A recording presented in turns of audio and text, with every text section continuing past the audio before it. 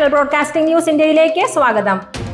സർക്കാർ സ്കൂളിലും വിദ്യാർത്ഥിക്ക് നേരെ കൊടും ക്രൂരത. തിരുവനന്തപുരം പരീക്ഷ എഴുതാൻ പുറപ്പെട്ട കുന്നത്തുകാൽ ഗവൺമെന്റ് UP സ്കൂളിലെ നിലമാമൂട് സ്വദേശിയായ 6ാം ക്ലാസ് വിദ്യാർത്ഥിയെ തങ്കമണി എന്ന ടീച്ചർ സ്കൂൾ വാനിൽ കയറ്റാതെ തിരികെ വിട്ടു. മറുനാടന് അന്ത്യകൂദാശ നൽകി social media. Marunadan Malayali online editor Sajan സക്രിയ മരിച്ചു എന്നുള്ള വ്യാജ വാർത്ത സോഷ്യൽ മീഡിയയിൽ പലരും പോസ്റ്റ് ചെയ്തിരുന്നു. കഴിഞ്ഞ ദിവസം മെഗാസ്റ്റാർ മമ്മൂട്ടിക്ക് ക്യാൻസർ ആണെന്ന വാർത്ത മറുനാടൻ പ്രസിദ്ധീകരിച്ചിരുന്നു. ഇതിനെ തുടർന്നുള്ള പ്രകോപനത്തിന്റെ പേരിലാണ് സാജൻ സക്രിയയുടെ മരണവാർത്ത സോഷ്യൽ മീഡിയയിൽ വ്യാജമായി വന്നത്.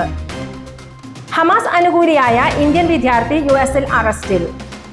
ഹമാസ് അനുകൂല പ്രകടനം നടത്തിയതിന് അമേരിക്കയിലെ ജോർജ് ടൗൺ യൂണിവേഴ്സിറ്റിയിലെ ഗവേഷക വിദ്യാർത്ഥിയായ ഹദർഖാൻ സൂരിയെ ഇമിഗ്രേഷൻ അധികൃതർ അറസ്റ്റ് ചെയ്തു. അർദ്ധരാത്രി എമ്പുരാൻ ട്രെയിലർ. അപ്രതീക്ഷിതമായി ആരാധകരെ ഞെട്ടിച്ചുകൊണ്ട് അർദ്ധരാത്രിയിൽ എമ്പുരാന്റെ ട്രെയിലർ റിലീസ് ആയി.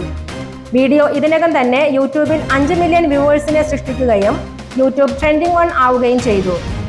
എമ്പുരാൻ സിനിമയുടെ വേൾഡ് വൈഡ് റിലീസ് മാർച്ച് 27-നാണെന്ന് ആശീർവാദ് സിനിമാസ് അറിയിച്ചു.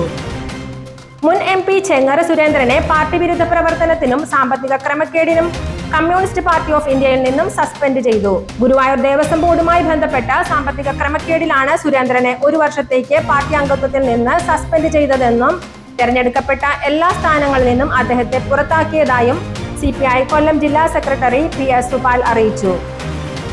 നിലമ്പൂരിൽ വീണ്ടും PV അൻവറോ. വരാൻ പോകുന്ന നിലമ്പൂർ ഉപതെരഞ്ഞെടുപ്പിൽ UDF സ്ഥാനാർത്ഥിയായി അൻവറിനെ തന്നെ നിർത്താൻ അണിയറയിൽ നീക്കം. UDF പ്രമുഖ ഘടകകക്ഷിയാണ് ഈ നീക്കത്തിന് പിന്നിൽ. ഹവാല ഡീലർമാർ മലയാള സിനിമയിൽ പിടിമുറുക്കുന്നു. വിദേശ രാജ്യങ്ങളിൽ നിന്ന് രാജ്യദ്രോഹ പ്രവർത്തനത്തിനായി ഉപയോഗിക്കുന്ന ഹവാല പണം മലയാള സിനിമാ മേഖലയിലേക്ക് വ്യാപകമായി ഒഴുകുന്നു എന്ന ആരോപണം.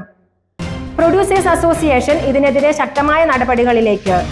സിനിമാ മേഖലയിലെ പല പ്രമുഖരുടെയും എതിർപ്പുകൾ വകവയ്ക്കാതെയാണ് കഴിഞ്ഞ ദിവസം മലയാള സിനിമയുടെ കളക്ഷൻ റിപ്പോർട്ടുകൾ അസോസിയേഷൻ പുറത്തുവിട്ടത്.